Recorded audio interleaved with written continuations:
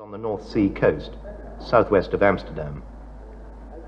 At Monaco, a seemingly certain victory for Stirling Moss was thwarted by his late retirement, handing the victory to the Cooper of Jack Brabham. BRM, having experienced brake problems at Monaco, had hired Stirling Moss to carry out extensive testing at Zandvoort in the week before the race. For the actual race, however, he reverted to his usual Rob Walker-entered Cooper-Climax. A parade of the drivers in immaculate Mercedes 190 SLs preceded the race. Ferrari drivers Jean Béra, Tony Brooks, and Phil Hill.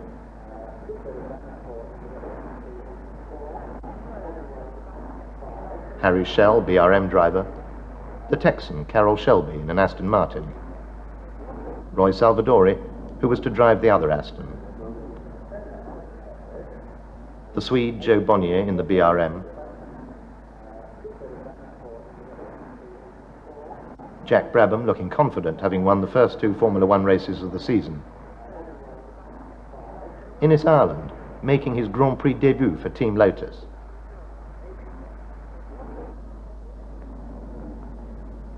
Stirling Moss, who after Fangio's retirement is now the world's #1 and the crowd's favourite. Frenchman Maurice Trintignant.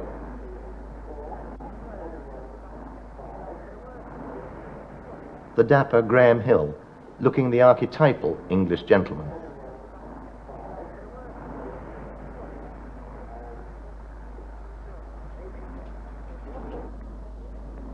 After that promising Silverstone debut, Aston Martin found themselves only 10th and 13th on the grid at Zandvoort. The Duke of Kent was the guest of David Brown in the Aston Martin pit.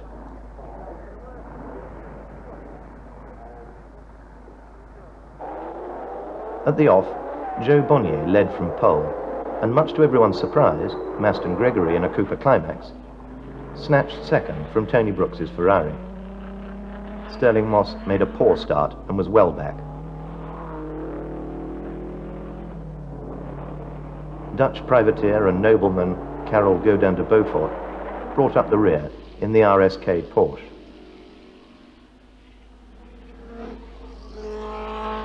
Gregory soon took the lead from Bonnier. The chasing pack was led by Brooks, with Brabham, Schell, Béra, Graham Hill and Moss all nose to tail behind. The Aston Martin of Carroll Shelby was well off the pace. Roy Salvadori's Aston retired with engine trouble on the 4th lap.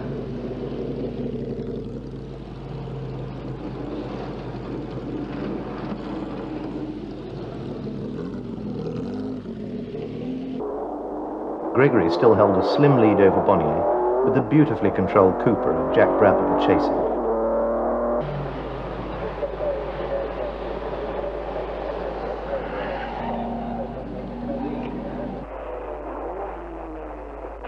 The Ferraris led the chasing pack behind this leading trio.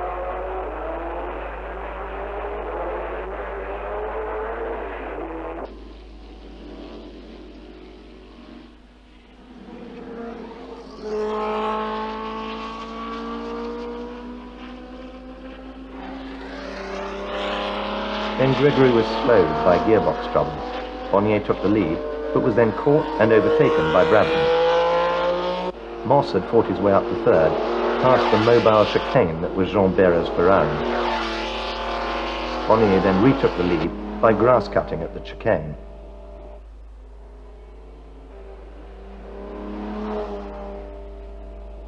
The spectating Roy Salvadori was timing Stirling as he caught the leading duo. Innes Ireland was having a fine debut for Lotus.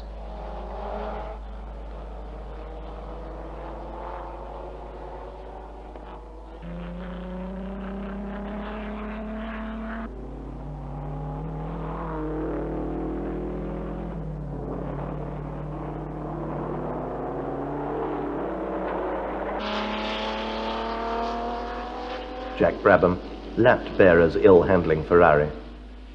Moss had fought his way into the lead, but when he retired with gearbox bearing failure, victory was handed to Bonnier in the BRM. Jack Brabham, without second gear, held on for his second place. An ecstatic BRM team congratulated Bonnier on giving the